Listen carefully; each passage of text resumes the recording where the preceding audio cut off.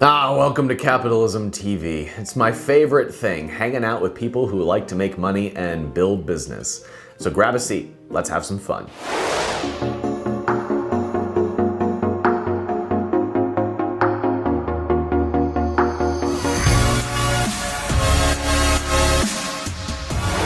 Today we're going to be talking about building online businesses, specifically e-commerce businesses. But I want to clarify something first. When a lot of people talk about building a business, especially on the internet, what they're really talking about is making money. And there's a difference between making money and building a business. Now, here's some good news.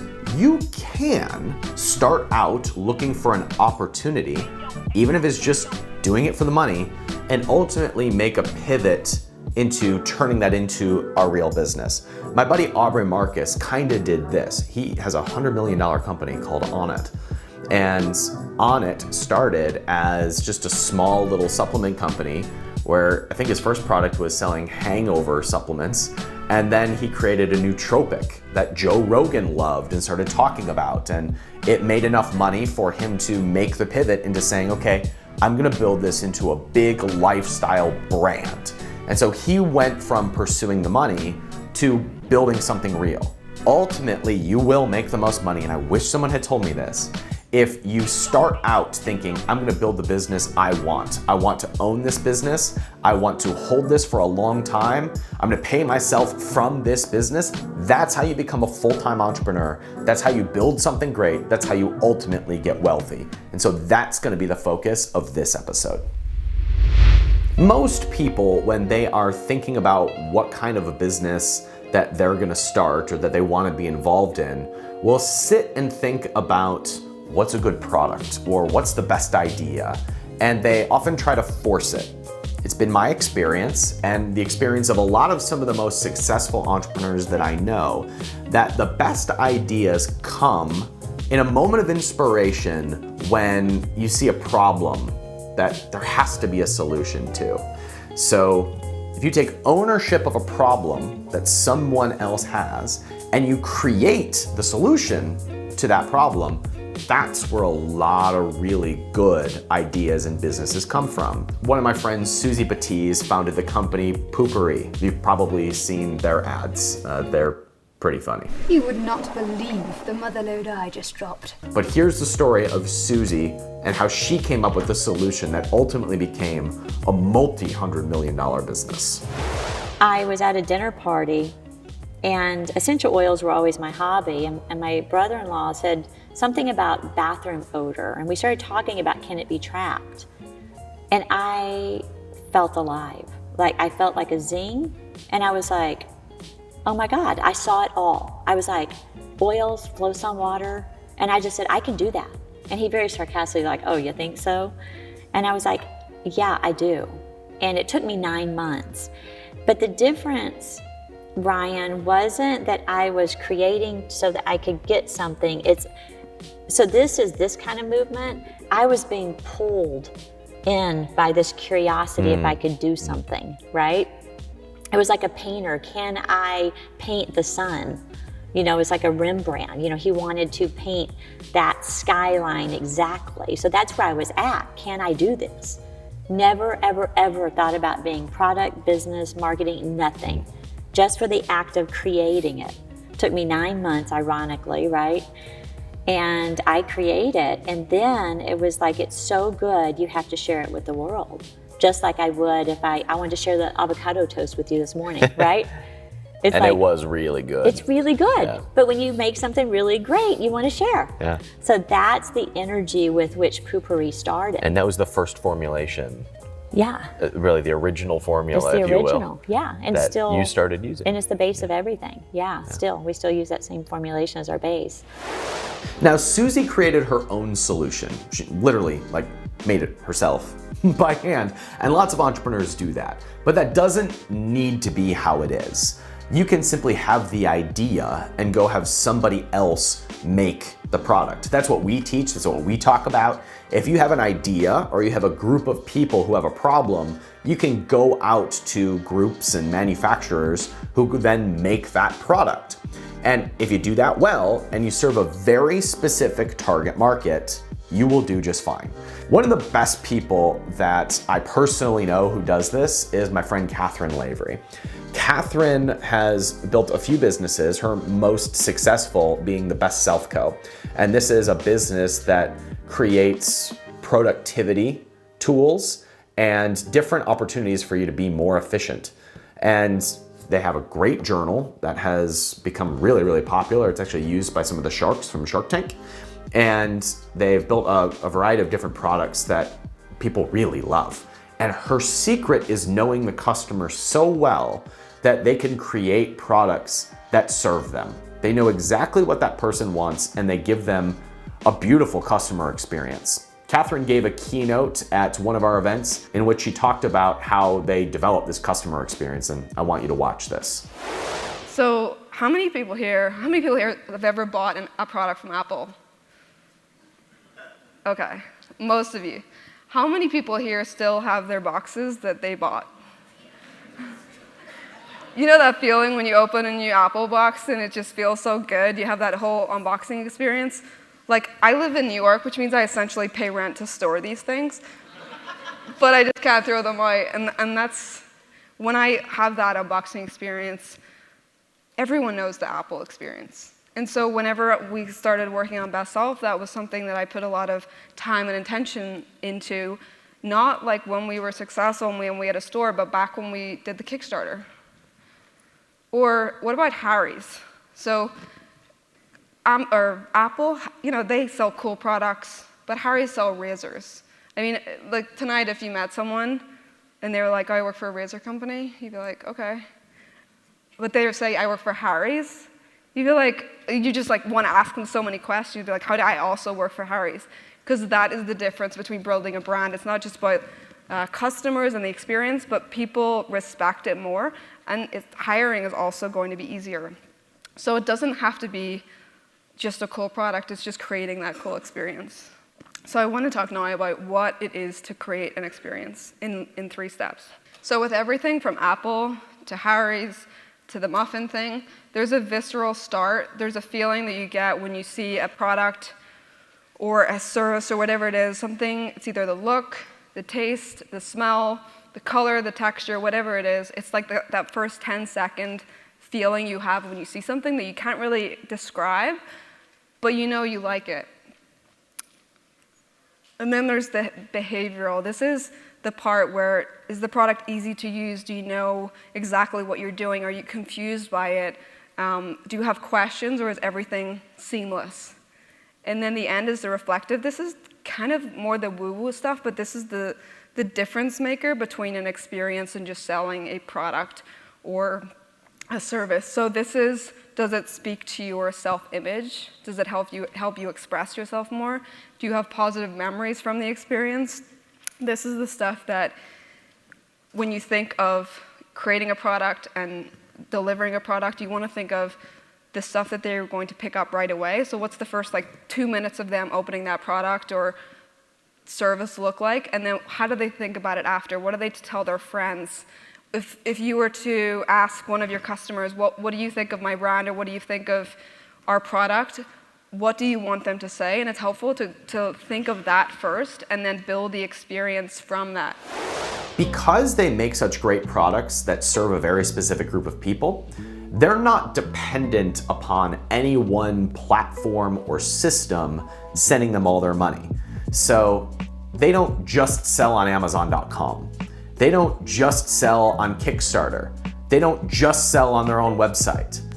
They do all 3 of those, and they do really well at all 3.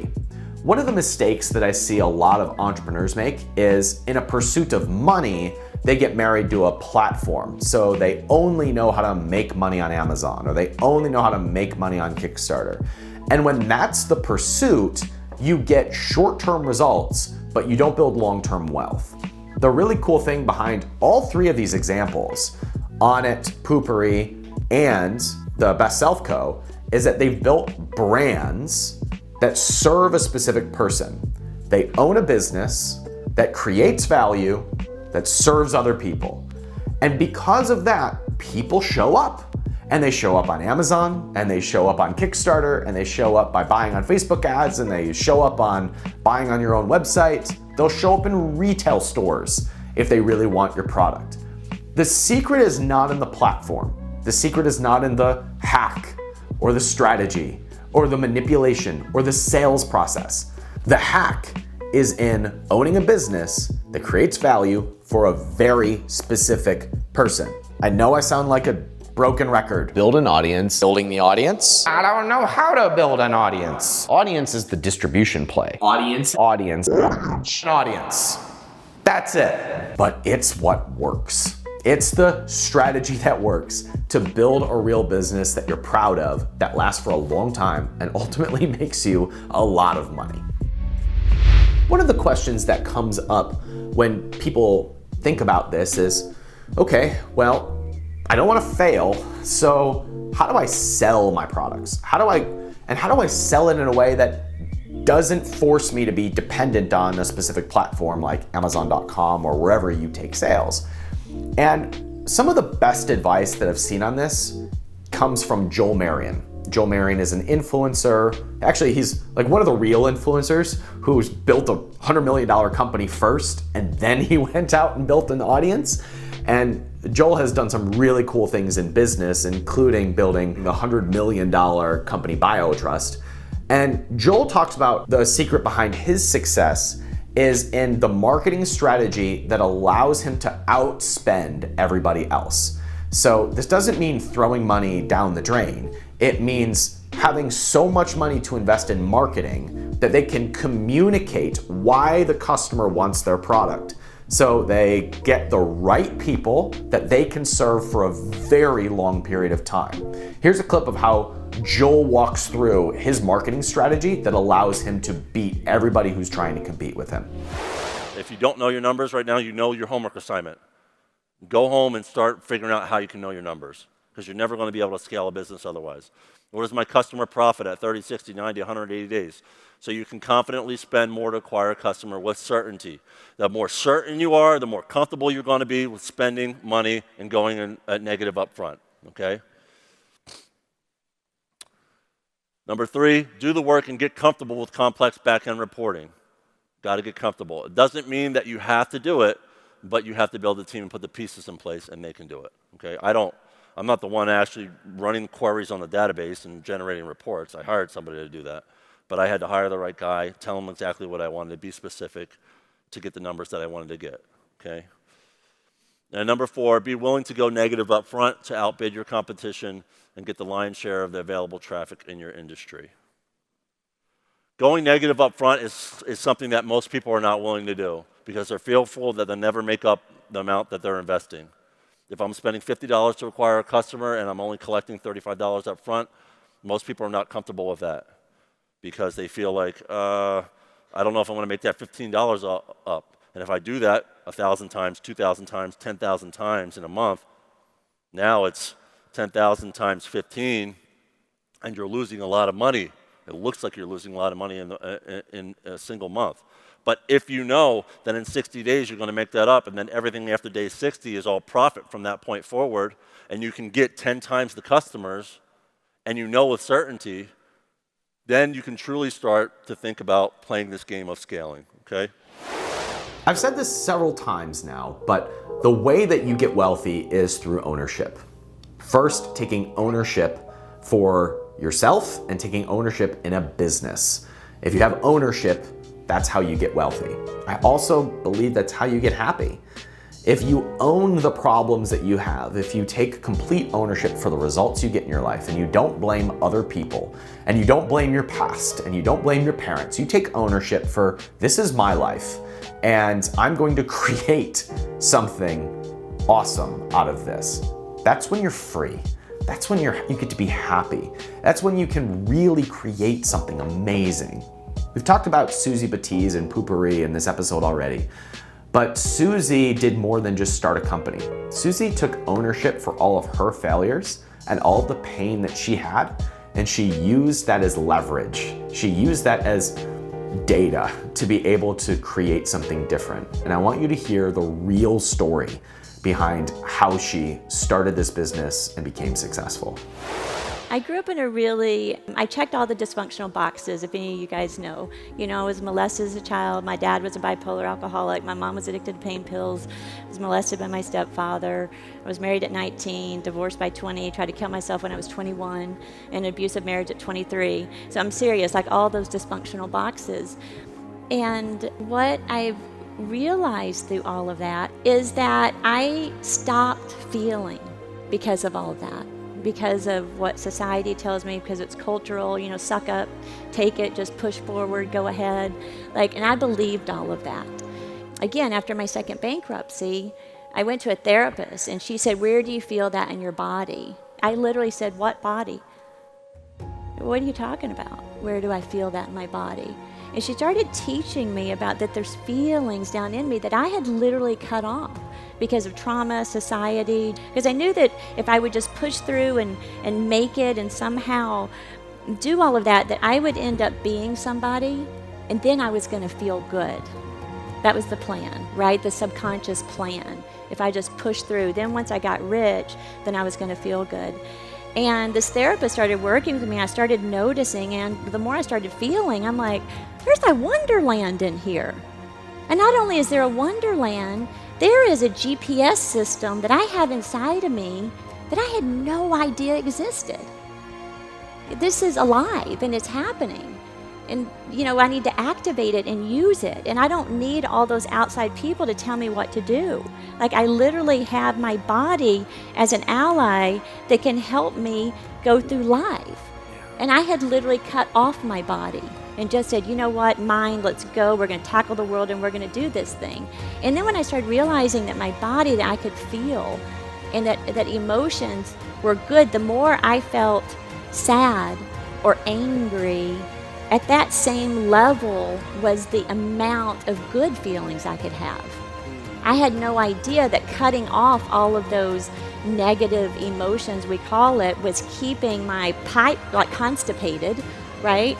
To where I wasn't able to feel that amount of love and joy and happiness. So my goal has been feel more. I know it can be really easy to look at people who are really successful and say must be nice, or they had some sort of an advantage, or what was their strategy? Let me reverse engineer that. The reality is, once you just take total ownership for every result that you get, what your body looks like, what your income is, that's when you're powerful. That's when you're free. That's when you get to create the rules. That's when you get to live happily ever after, because you get to set the course of the game. It's when you get to play the game, and you're not playing by someone else's rules or the rules that you made up in the past. That's really when you're free. You take ownership for your own results and ownership in a business, and then you create something. You create a business, you create the life you want, and usually you get all of that by serving other people. That's capitalism in its purest form. If you're ready to start your journey, head over to Capitalism.com/start. We have some free resources to serve creators who want ownership. And I hope that's you, because we'd be happy to serve you. Thanks for watching. If you're not subscribed, do me a favor and click that button, ring the bell, and I'll see you on the next episode.